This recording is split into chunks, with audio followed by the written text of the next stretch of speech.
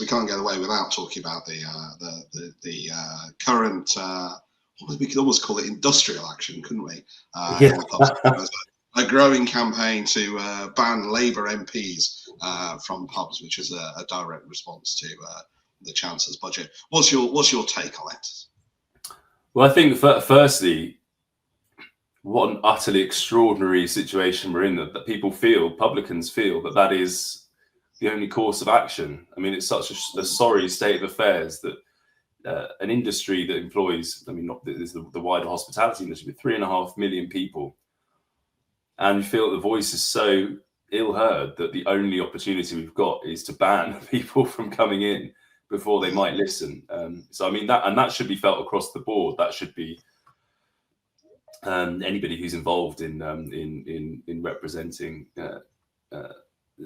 the industry wide, and I think that should be a concern for all of that. It feels like this is the only thing we can do is ban MPs. But personally, I always feel like you should use whatever you have to try and have constructive conversations, any contacts that you can have, writing to MPs, all those kind of things. It does make a difference, and I've made it my goal to have as much communication with the MPs in my area so that I can maintain at least a voice in some small way and just get clear points across. Personally, aside from people who are obviously abusive to staff or other guests, I don't really think anyone should be banning people from premises. Personally, I wouldn't. I think there's a more constructive way to do it. I mean, and I look at that on all spectrums. So you know, I would say that you're better off if you've got somebody in your establishment and you feel very strongly about it, and you know that they're coming in. You also have an opportunity to present them with something. So I personally would have a letter ready, and I would say thank you so much for joining us today. I very much appreciate you taking the time to be here. I don't want to interrupt your meal, but I would like to present you this letter afterwards, and just I would appreciate it if you would take the time to read it to understand some of the challenges that we had. That would be my personal way to approach it. And I agree. I think there's an element of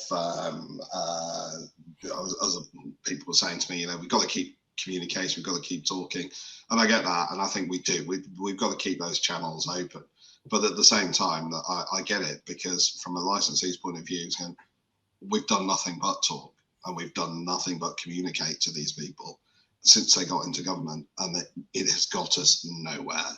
Yeah.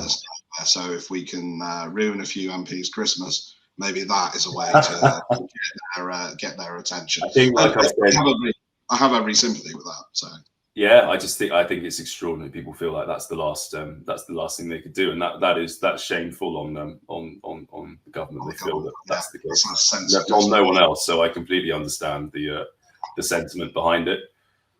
But yeah, I think if there's an opportunity to put a letter in the hand of someone who does have a well-written letter in the hand of someone who's got that power, that's probably going to get you further than banning them. But I don't know. Maybe it will work. Maybe we'll be looking at VAT cuts next year. Thank